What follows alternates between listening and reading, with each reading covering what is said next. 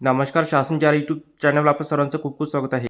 राज्य सरकारी कर्मचाऱ्यांना 7व्या वेतन आयोगाची थकबाकी मिळणार, शासनाने निर्गमित. त्या संदर्भात एपिसोडच्या माध्यमातून संपूर्ण अपडेट सविस्तरपणे पाहण्याला चला सुरू करूया. अंध या प्रवर्गातील कार्य करणाऱ्या अशासकीय संस्थांना सहाय्यक अनुदान वेतन निधी वितरित करण्याबाबत अंध विद्यालय बुद्रुक, तालुका किनवट, जिल्हा नांदेड, 7वा वेतन आयोग फरक महाराष्ट्र शासनाच्या दिव्यांग कल्याण विभागामार्फत महत्त्वपूर्ण शासनाने निर्गमित करण्यात आलेला आहे. ज्ञापन: दिव्यांगाच्या विशेष अशासकीय शाळा कार्यशाळेमध्ये शिक्षक आणि शिक्षकेतर कर्मचारी यांच्या वेतन तसेच वेतनोत्तर थकबाकी अदा करण्यापूर्वी अंमलबजावणीच्या विहित कार्यपद्धतीबाबत संदर्भ क्रमांक 1 येथील दिनांक 13 सप्टेंबर 22च्या शासन परिपत्रकान्वये निर्देश देण्यात आले असून संदर्भ क्रमांक 2 येथील दिनांक 27 सप्टेंबर 23च्या पत्रान्वये विहित करण्यात आलेल्या तपासणी सूचीनुसार प्रस्ताव तपासून सादर करण्याबाबत सूचना निर्गमित करण्यात आलेल्या आहे. केंद्र शासनाने शासकीय कर्मचारी यांना दिनांक 1 जानेवारी 16 पासून सुधारित वेतनश्रेणी 7वा वेतन आयोग लागू करण्याचा निर्णय घेतला आहे.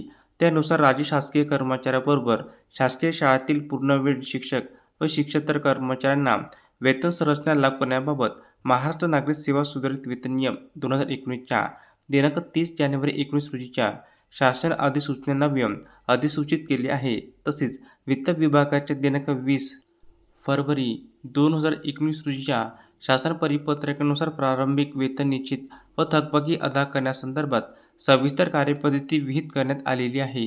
त्यानुसार तत्कालीन सामाजिक न्याय व विशेष सहाय्यक विभागाच्या दिनांक 23 एप्रिल 21 रोजीच्या शासन निर्णयानुसार दिव्यांग कल्याण विभागांतर्गत राज्यातील स्वयंसेवी संस्थेमार्फत चालविण्यात येणाऱ्या शासनमान्य व अनुदानित प्राप्त अशासकीय दिव्यांगांच्या निवासी आणि अनिवासी विशेष शाळा, कर्मशाळा व मतिमंद बालगृहांमधील पूर्णवेळ शिक्षक व शिक्षकेतर कर्मचाऱ्यांना दिनांक 1 जानेवारी 16 पासून 7व्या वेतन आयोगाची सुधारित वेतन संरचना मंजूर करण्यात आली आहे.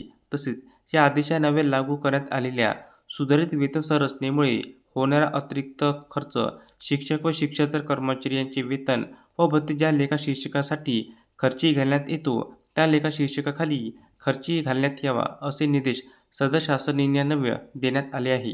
सदर निधी खर्चावर नियंत्रण ठेवण्यासाठी आयुक्त दिव्यांग कल्याण आयुक्तालय, महाराष्ट्र राज्य पुणे हे नियंत्रक अधिकारी म्हणून राहतील. तसेच सदर निधी नियमानुसार संबंधितांना अदा करण्यात यावा.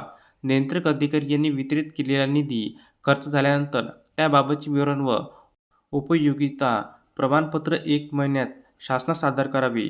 निधी वितरण करताना कर्मचारी सेवा भरती नियमाची खातर जमा करावी. तसेच उक्त शाळेचा निधी वितरित करताना संबंधितांना शाळेची कर्मचारी बिंदू नियमावली आणि पदभरती जाहिरातीची तपासणी करावी. तसेच शाळेस मान्यता अनुज्ञप्ती अस्तित्वात असलेले कालावधीचे शाळेतील ज्या कर्मचाऱ्यांनी प्रत्यक्ष काम केले नसेल तर त्यांना प्रकरणी शासनाचे नो वर्क नो पे तत्व लागू राहील. त्यानुसार निधी वितरण करण्यास मान्यता देण्यात आली आहे. या व्यतिरिक्त अन्य बाब निदर्शनास आल्यास संबंधिताकडून वसुली करण्याबाबत योग्य ती कार्यवाही करण्यात यावी. 7व्या वेतन आयोगाच्या फरकाची देयके सादर करताना वेतन निश्चितीच्या अनुषंगाने तपासणी करण्यात यावी. त्यानुसार थकीत वेतन देयके सादर करावी. धन्यवाद.